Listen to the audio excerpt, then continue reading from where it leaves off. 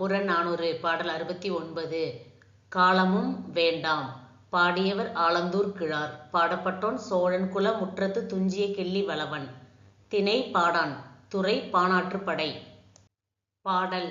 கையது கடநிறை யாழே மெய்யது புரவலர் இன்மையின் பசியே அறையது வேற்றிழை நுழைந்த வேர்நனை சிதார் ஓம்பி உடுத்த உயவர் பாண பூட்கை இல்லோன் யாக்கை போல பெரும்புல் என்ற இரும்பேர் ஒக்கலை வையகம் முழுவதுடன் வளைய பையன எண்ணெய் வினவுநிதி ஆயின் மன்னர் அடுகளிறு உழவும் கொடிகொள் பாசறை குருதி பரப்பின் கோட்டுமோ தொலைச்சி.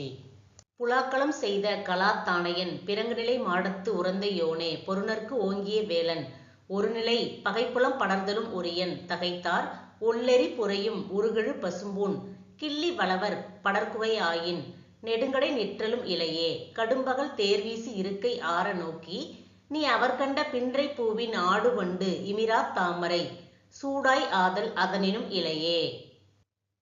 பாடலின் விளக்கம். உன் கையில் இருப்பது முறைப்படி செய்த யாழ். உன் உடல் உதவுவோர் இல்லாமையால் பசியால் வாடுகிறது. உன் இடுப்பில் இருப்பது வியர்வையால் நனைந்த கிழிந்த கந்தை துணி. அந்த துணியில் உள்ள கிழிசல்கள் வேறு வேறு நிறமுடைய நூல்களால் தைக்கப்பட்டிருக்கின்றன. நீ அதை பாதுகாத்து உடுத்தி கொண்டிருக்கிறாய்.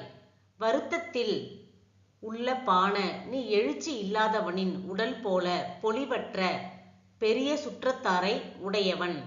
இந்த நிலையில் நீ உலகம் முழுவதும் சுற்றி வந்து என் வறுமையை தீர்ப்பவர் யார் என்று என்னிடம் மெல்ல கேட்கின்றவன் ஆயின் நான் கூறுவதை கேள்.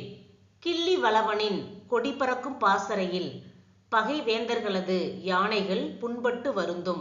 அவன் குருதி பரப்பில் யானைகளை கொன்று புலால் நாரும் போர்க்களத்தை ஏற்படுத்திய படையை உடையவன்.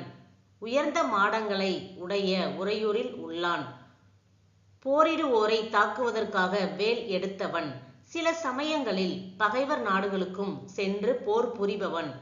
பெருமைக்குரிய மாலையை உடையவன். ஒளியுடன் கூடிய தீயை போன்ற நிறம் பொருந்திய பசும் பொன்னால் செய்யப்பட்ட அணிகலன்களை அணிந்தவன். அத்தகைய கிள்ளி வளவனிடம் சென்றாய் ஆனால் அவனுடைய நெடிய வாயிலில் நீ நெடுநேரம் காத்திருக்க மாட்டாய். நண்பகல் நேரத்தில் அவன் பரிசிலருக்கு தேர்களை வழங்குவதை உன் கண்ணார காண்பாய்.